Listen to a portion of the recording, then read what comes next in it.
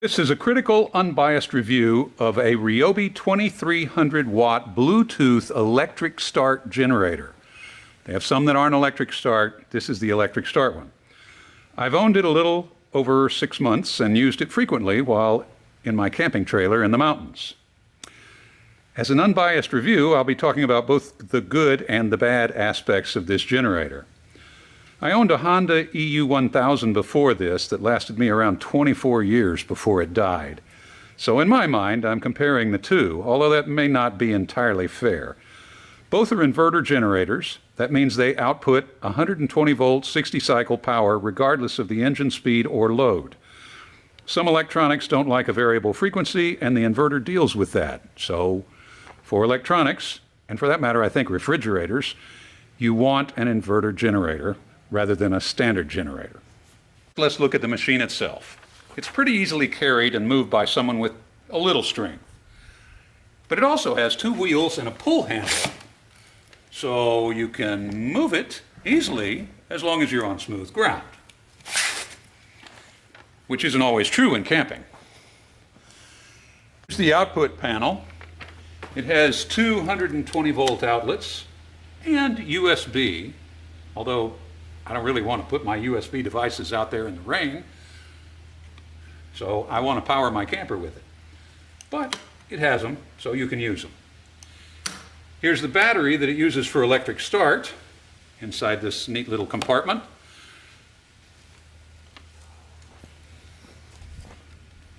It also has a pull cord and a button to start it.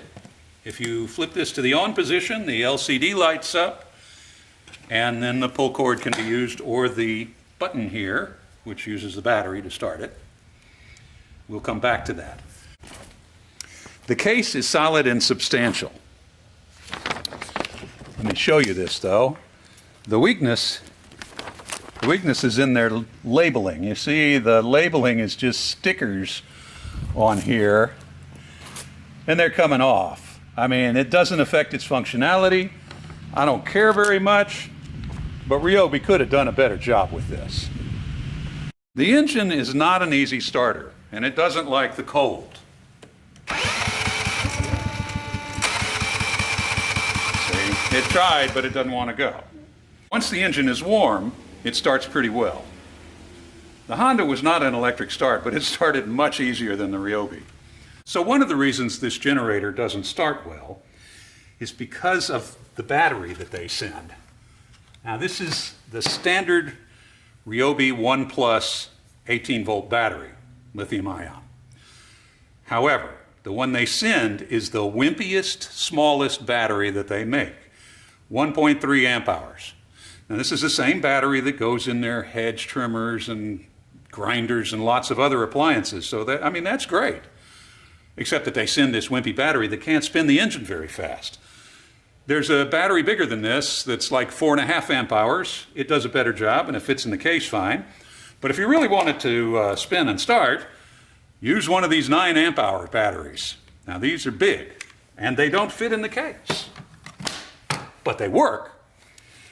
And they start the engine up much better, as I can demonstrate here. Uh-oh.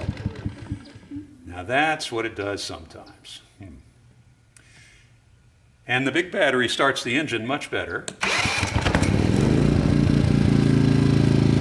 because it spins it faster.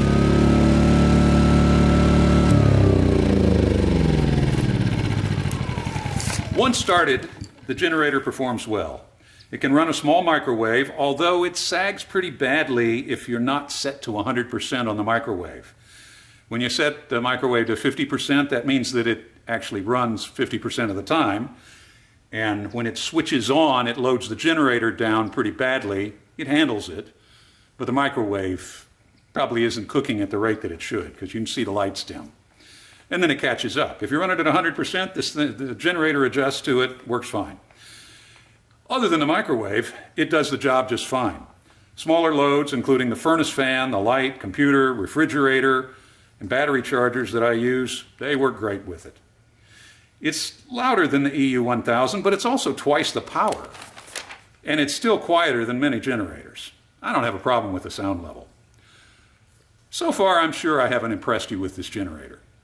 But here's the killer app. An app on your smartphone that talks to the generator. Let me show you. This is the Ryobi Gen Control app. It shows you, among other things, fuel level, time remaining based on that fuel, and when I start it up, it's going to show us the amount of power that's being drawn, which is 0, because I don't have anything hooked up to it right now. But that's all useful information. But the best thing is that it starts and stops remotely. Check this out. You got to hold this. There we go.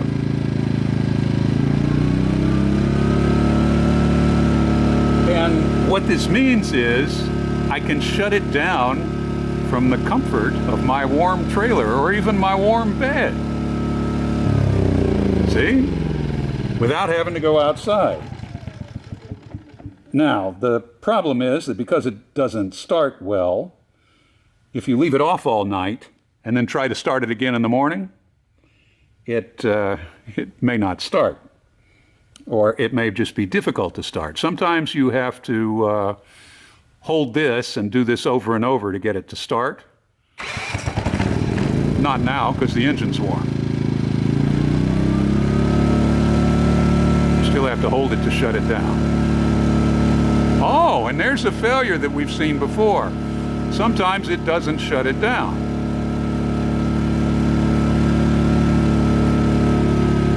See, it claims it's in progress, but it's really not. The generator didn't hear the request to shut it down. But if you do it again, it's going to work.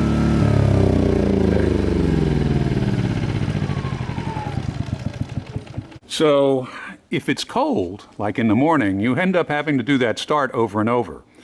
If you do them too fast, I mean, it's easy to push the start, hold it, let it fire, then it times out, then you go back and push it again. If you do it right away, it's going to fail on you. Also, if it fires but doesn't really get running, it sort of messes around and doesn't really get going, when it shuts down, it'll kill the Bluetooth. Both of those two occasions may kill the Bluetooth. If they kill the Bluetooth, you've got to go outside and power cycle the thing like this before it'll go again. And since you're outside, you may as well just pull the pull cord and start it up, right? So that's an irritating issue. I'm not really sure that's Ryobi. I think that's just the nature of Bluetooth. So here's another cool feature. Let's turn this like this so we can get both in there. When you start it up,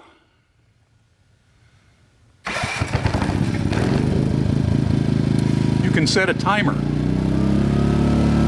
So let's see. So you can run it up to 5 hours or down to half an hour in half-hour increments. And it'll shut itself off for you when the timer runs out, which is cool because that way you can go to sleep and it'll still shut off.